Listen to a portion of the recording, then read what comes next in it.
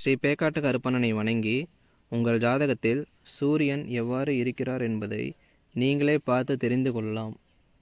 அதற்கு முன்பு சூரியனை பற்றி சிறிதளவு தெரிந்து கொள்வோம். சூரியன் நவகிரகத்தோட தலைவன் நம்ம சொல்கிறோம். தைரியம், வீரியம், விஜயம், வெற்றிக்கு சொந்தக்காரர் இவரே. தந்தையை குறிக்கக்கூடிய கிரகம் சூரியன். தந்தையோட ஆயுள், தந்தையோட தொழிலை பற்றி சொல்லுவோம்.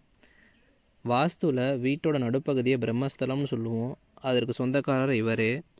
தொழில் ரீதியாக பார்த்துக்கிட்டோம்னா அக்ரிகல்ச்சர், லா, எலக்ட்ரானிக்ஸ், கவர்மெண்ட் சார்ந்த துறையெலாம் வேலை செய்கிறவங்க சூரியன் வளர்த்துருக்கோம் அவங்களுக்கு. சரி, இப்போது சூரியன் பாவத்துவமாக இருக்கா சுபத்துவமாக இருக்குதாங்கிறத எப்படி தெரிஞ்சுக்கிறதுங்கிறத பார்க்கலாம். ஸ்க்ரீனில் தெரிகிற இடத்துல மேஷம், சிம்மம், தனுசு ஆகிய இடத்துல சூரியன் உங்கள் ஜாதகத்தில் இருந்துச்சுன்னா சூரியன் சுபத்துவமாக இருக்குதுன்னு அர்த்தம். ஆனால் சனியோ ராகுவோ கேதுவோட பார்வையோ விழுந்து கூட இணைவில் இருந்துச்சுன்னா சூரியன் பாவத்துவம் அடைஞ்சிருக்குன்னு அர்த்தம். இதற்கு வழி என்னென்னா, சூரியன் குருவோடு சேர்ந்துருக்கிறதோ, சூரியன் குருவோட பார்வையில் இருக்கிறதோ கண்டிப்பாக சூரியன் மீண்டு வந்துருச்சு அப்படின்றதுக்கான அர்த்தம். சூரியன் பாவத்துவமாக இருந்துச்சுன்னா அப்பா மகனுக்குள்ள பிரச்சனைகள் வர்றது, போலீஸ் பிரச்சனைகள் வர்றது, ஸ்ட்ரெஸ்ஸு, டிப்ரெஷன், இந்த மாதிரி பிரச்சனைகள்லாம் நிறைய சந்திப்பாங்க. மெயினாக மேனேஜர்கிட்ட தொழில் செய்கிற தவறுலாம் பிரச்சனைகள் அதிகம் சந்திப்பாங்க.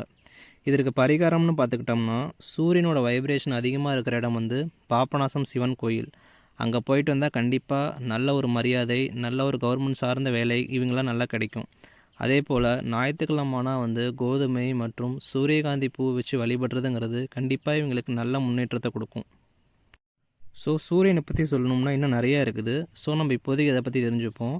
அடுத்த வீடியோவில் நம்ம சந்திரனை பற்றி பார்ப்போம். ஸோ பிடிச்சிருந்தா கண்டிப்பாக சப்போர்ட் பண்ணுங்கள்.